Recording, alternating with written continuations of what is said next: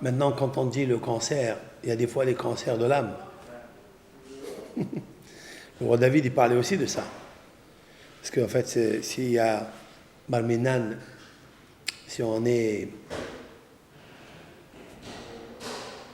brouillé par on est enchaîné par des veines de péché de là et de là et de là, comme une toile d'araignée, c'est une sorte de cancer qui est très difficile. Ben, le psaume, la Medbet, il le guérit. C'est un cancer psychologique. Il y a des gens qui sont perturbés, mais ils sont sortis, comme la schizophrénie, d'accord? C'est des perturbations intenses, immenses. Comment il va sortir de là? Ça va dans tous les sens. Mais le psaume, la Medbet, c'est bien. Il peut guérir avec ça. Il peut. Des fois, les enfants, ils sont malades, mais ce n'est pas les enfants qui ont fait. C'est les parents qui ont fait des fautes. Donc, c'est aux parents de faire ce psaume et de faire teshuva eux-mêmes.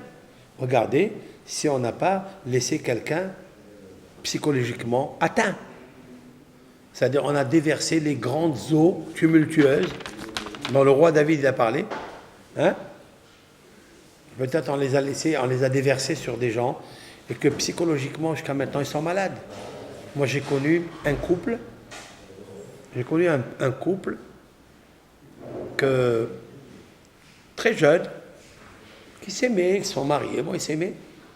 Et après, le garçon, il a un petit peu dévoyé, tu vois. Il a eu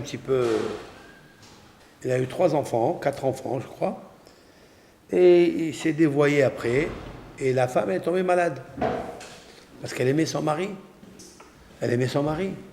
Et cette femme, elle a souffert énormément. Moi, j'allais intervenir pour le Shalom Bayit et tout, pour le ramener.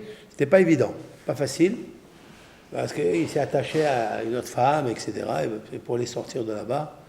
Mais elle a souffert énormément. Elle dit non, mais je ne peux pas sans mon mari, c'est impossible. Elle est devenue complètement, tu vois, elle a perdu psychologiquement, elle a tout perdu.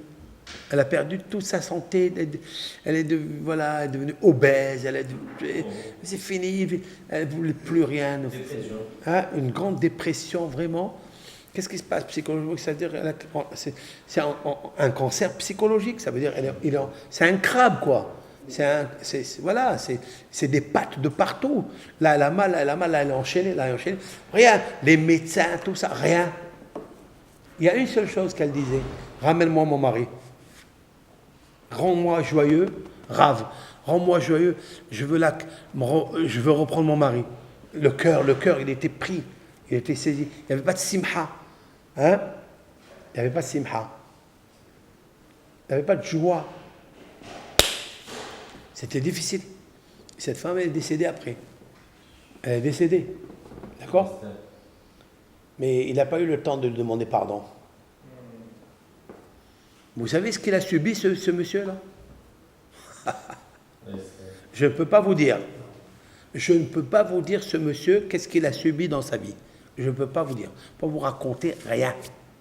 Tellement il a souffert dans tous les domaines. Tous les domaines. Je ne peux pas dire, peut-être que quelqu'un m'écoute, il va comprendre de qui je parle. Donc je ne peux pas dire. Vous comprenez de quoi je... Mais c'est terrible. Mais le psaume, la bête, c'est revenir au cœur. Essayer de dire pourquoi je garde le silence.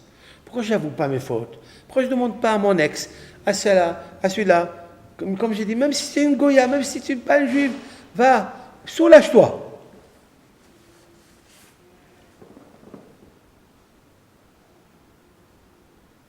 Il n'y a pas de justice qui passe inaperçue. Ça n'existe pas. Moi, j'ai dit au contraire, la teshuva, ça n'existe pas. Vous savez que la teshuva n'existe pas. Je vais vous expliquer de quoi je parle. Bien sûr que la teshuva existe. Mais c'est quoi la teshuva? Quel est le sens de teshuva? Revenir de quoi? Est-ce qu'une âme, un monsieur a été criminel, il a ôté monsieur X, il dit je vais faire teshuva maintenant, je me repentis. Est-ce que cette âme, elle va revenir encore? Raht. Ça y est, c'est fini. Elle a disparu. Comment tu vas la ramener? Ouais, c'est quoi tu vas alors? Dan, oui, tu veux parler? Des fois, la faute elle peut être aussi à 50-50. Comment? La faute elle peut être partagée aussi à 50-50. C'est vrai. Répare les 50 à toi. D'accord? Un homme il dit moi 50 et elle 50. Parce qu'il n'y a jamais quelqu'un qui a la vérité. Tort 50-50, d'accord? Mais tes 50 à toi, tu les as réparés? Mais tu te dis non, mais puisqu'elle n'a pas réparé 50, alors kiff, on dit allez, ça y est, on se pardonne. Ça ne marche pas comme ça. Je vais t'expliquer pourquoi. Parce que la mesure des 50, ça c'est toi qui le dis.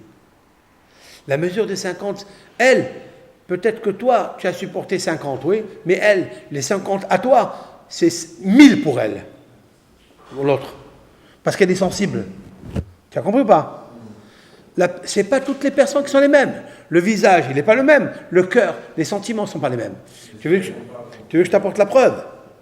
Si elle ne répond pas au téléphone, comment on fait? Hein? Si elle ne répond pas et elle donne pas signe de vie. Si elle ne donne pas de signe de vie, très bien. Là, je vois que tu commences à... C'est bien. Si elle ne donne pas signe de vie, tu ne connais pas des gens qui peuvent aller la voir? Est-ce que tu connais des personnes? Hein? On veut chercher la solution. Quand on veut chercher la solution. Donc, dans ton cas, tes 50, ils sont 100% tort. Parce que tu vas rester avec ça. Et Dieu seul sait qu'est-ce qu'on peut souffrir. Que tout ne marche pas bien. Même que tout marche bien. Mais au fin fond, ton business, il marche bien. Tout marche bien. Tu as une belle voiture, tu as une belle maison, tu as réussi, tu t'es marié. Mais ici, ton neshama, elle n'est pas d'accord avec toi. Tu sais très bien que tu as mal fait et tu as un poids sur toi, une charge. Pourquoi tu veux charger ça? Enlève-la, sors-la. Mais l'orgueil de l'homme, d'accord? Je vais te donner une preuve que je ne te dis pas. Des fois, moi je dis, moi j'ai 50 torts et elle 50 torts. Non. Je vais te donner la loi du talion. Elle existe chez nous? Dans la Torah? Non. Pourquoi? Où c'est marqué? Où c'est marqué qu'elle n'existe pas? C'est marqué pourtant dans la Torah. Dan, est-ce que la loi du talion existe chez nous? La loi du talion. Ben, quelqu'un il a tué, on le tue. Quelqu'un il a coupé la main à quelqu'un, on lui coupe la main. Yad, keviya, tahat keviya, yad, tahat yad, regel, tahat regel. C'est marqué dans la Torah, non? Mais c'est la valeur. D'où tu sais que c'est la valeur? Pourquoi c'est la valeur? C'est vrai, tu as raison. Non, on ne coupe pas la main à quelqu'un qui a coupé la main. Ou quelqu'un qui a crevé l'œil à quelqu'un, on lui crève l'œil. C'est vrai. Chez les goïms, c'est la loi du talion. Ouais. Il y a une compensation par... Dans le... Comment? Il y a une compensation par rapport à de l'argent qui équivaudrait à la... Mais où c'est marqué ça dans la Torah? C'est marqué ya tahat yad, regel tahat regel, keviya tahat keviya, pesa tahat pesa, habura tahat habura. C'est marqué un hématome pour un hématome, la main contre une main, le pied contre un pied, l'œil pour œil, deuil pour œil. C'est marqué ou pas? Le milou, il y a vraiment le milou d'une... Il n'y a pas marqué, il y a marqué tahat. Yad tahat. Tahat c'est mammon, sous. Il y a marqué un œil sous l'œil. Pas un œil pour un œil. Tahat, sous. Sous, c'est l'argent. Et pourquoi pas? Monsieur, il a crevé un œil à son camarade. Pourquoi on ne lui ferait pas pareil? Mais par inadvertance. Pas par inadvertance. Mais Exprès. bien sûr, exprès quoi. Parce que ça ne résout rien quand on fait l'équivalent. Non, parce que si c'est Ça ne inadvertance. résout rien, c'est crever l'œil de quelqu'un qui a déjà crevé l'œil. On se retrouve dans une situation en... Pourquoi on ne ferait pas la loi du talion? Pourquoi on ne la fait pas? Parce qu'on n'a pas le cœur de le faire. Pourquoi? Et lui, il a eu le cœur. Mais la justice, elle est implacable. Ça veut dire quoi? Ça, c'est une belle question. Il faut lapider, hein. Quand quelqu'un il fait Shabbat et le Shabbat, on le lapide. Et pourtant, on dit pas, on n'a pas le cœur. On n'a jamais appliqué la lapidation. Oui, on l'a appliqué dans le désert, on l'a appliqué. Non, mais un beddin. Un beddin, non. Un tribunal de 70 ans. S'il a appliqué, il lui a pas trouvé une circonstance atténuante, parce qu'il a prouvé qu'il n'est pas criminel. Alors on ne le fait pas. Un tribunal doit chercher une circonstance atténuante. D'accord? Kafzekhout. Comment on appelle ça aujourd'hui, les trucs de présence? Comment on appelle ça? Bon, peu importe. Oui? Présomption d'innocence. Présomption d'innocence. Bravo. D'accord? Les circonstances, comment? Ça s'appelle zrout. Il faut lui trouver un mérite, il faut lui trouver un truc. Ça veut dire quoi? Il faut chercher dans les témoins, est-ce qu'ils étaient habillés, des contradictions entre eux. Et le Beddin était tellement fort que jamais on a tué un criminel. Parce qu'il n'était pas vraiment criminel. Il n'était pas vraiment criminel. Hein? Ça arrivait qu'ils aient tué. Qui? Jamais. Jamais ça arrive. C'est marqué que s'il y a un tribunal qui a siégé 70 ans et tué une personne, c'est un tribunal criminel. Waouh. Un tribunal criminel. On accuse le tribunal et pas le... Oui, parce qu'il faut trouver les circonstances atténuantes avec la présomption d'innocence, etc. Notre avis, si tu tues une fois de 70 ans, ça va augmenter les criminels. Aussi. Ça, c'est bravo Dagmar, dans ma côte, ça. C'est Moussard, je suis Mais Machou. Alors pourquoi elle n'a pas le talion? Alors, vous n'avez pas répondu. Quelqu'un, il a crevé, il a coupé la main à l'autre, on lui coupe. Ça dépend quel usage il va avoir de l'œil ou de la main. Peu importe, il a fait ça. Dans son métier. Il a fait ça à son camarade, on lui fait. Il a brûlé la chair de son camarade. Eh ben, on prend comment on appelle ça? Là, comment on appelle ça? Une broche, on la met dans le feu, on le brûle lui aussi, pourquoi pas? Et comme ça, on va lui faire sentir la douleur comme il faut. 50-50, non? La réponse est ce que je t'ai dit. Quoi? Explique les Rishonim, nos maîtres du Talmud, ils expliquent magnifique. Il dit, écoute-moi bien, toi, quand tu as été brûlé ou t'en crevé un œil, tu es encore vivant là. Tu vois? Tu es encore vivant. Tu as l'œil comme ça, fermé, mais tu es vivant. Tu as pu résister. Ton cœur, il est solide. Mais si tu lui fais à ton camarade, peut-être son cœur est fragile. Et quand tu vas lui faire ça, tu vas le tuer. Et là, c'est pas la loi du talion. Ça fait pire. Alors touche pas. C'est beau ça. Vous voyez que les gens sont différents. Quand tu as blessé quelqu'un, ne crois pas que c'est léger. Tu dis c'est rien. Un petit café. Ouais, un petit café. Moi, je bois le café maintenant. Une fois que j'ai bataillé contre mon Serrara, maintenant je prends un café. Café. Maintenant, tu m'écoutes, c'est la réponse que je te donne. Elle te plaît cette réponse? Elle te plaît? Elle est magnifique. C'est les Rishonim. C'est les rabbins du Moyen-Âge. C'est le Hinour. Magnifique. L'évaluation de la perte, elle varie d'une personne à l'autre. L'évaluation de la perte, c'est normal. Ce monsieur, il n'a plus un œil. Et quand il va travailler, ils ne vont pas le prendre comme il faut, comme un bon secrétaire, etc. Alors, on donne l'évaluation. C'est-à-dire, on voit dans le marché combien un homme, il voudrait qu'on lui crève un œil et on lui donne des sous. Combien ça coûte? C'est une évaluation, une estimation, et ça, on lui donne à cette personne. Mais si tu fais subir la même chose, c'est pas sûr que tu fais. Dites-moi, pourquoi la vengeance, elle est interdite? Pourquoi si ma belle-mère, elle m'a dit une parole déplacée, j'ai pas le droit de lui rendre la même parole? Pourquoi? Pardon? Non, à part ça, c'est sûr que c'est Hachem qui m'a envoyé. Mais je vais vous dire quelque chose. Quand quelqu'un il vous maudit, comment vous répliquez? À la même mesure? À la loi du talion? Ou vous allez plus loin? Donc vous n'êtes plus dans la loi du talion. Donc vous n'êtes pas vengé. Vous avez fait le crime. Vous avez ajouté des choses en plus. Donc c'est pour ça que tu n'as pas le droit de faire ça. Vous avez vu? Donc, parce que la vexation que toi tu vas lui dire, elle va être plus grave que ce qu'elle t'a fait. Tu peux la tuer avec ces paroles que tu lui as dites. C'est magnifique. Oui, la vengeance, elle appartient à Hachem.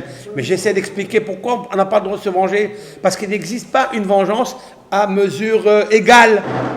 Lui, il m'a fait 10% de souffrance, je vais lui faire 10% de souffrance. Ça n'existe pas. On va toujours au-delà. Et en plus, peut-être les 10% que lui t'a fait, tu as un cœur balèze, solide. Tu vois? Mais lui, quand tu vas lui dire un demi-mot, un demi-mot, il va blêmir. Parce que lui, il n'a jamais pensé à te vexer dans ce domaine-là. Et toi, tu l'as tué. Donc, tu n'as pas le droit. C'est pour ça que je dis que toujours demander pardon, c'est la meilleure des choses. Parce que tu es sûr que tu es dans le vrai. Et c'est pourquoi le David... Et ça ne pousse pas à la surenchère. Hein? Et ça ne pousse pas à la surenchère. Ça pousse pas la chose. Au contraire, ça désamorce. Ça désamorce tout. Akadosh Baruch Hu, il dit que celui qui va, il demande pardon à son ex et à tout ça, il est dans mon palais. Qu'est-ce que vous racontez là? Il est dans mon palais.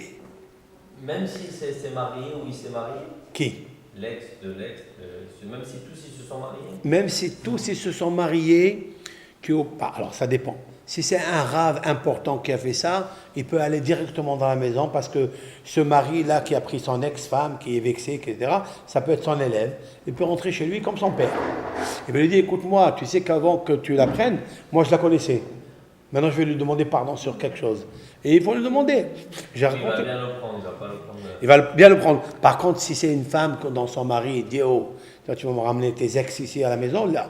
C'est quoi ça? On n'habite pas Aix-les-Bains ou Aix-en-Provence, hein? Ou la rue d'Aix.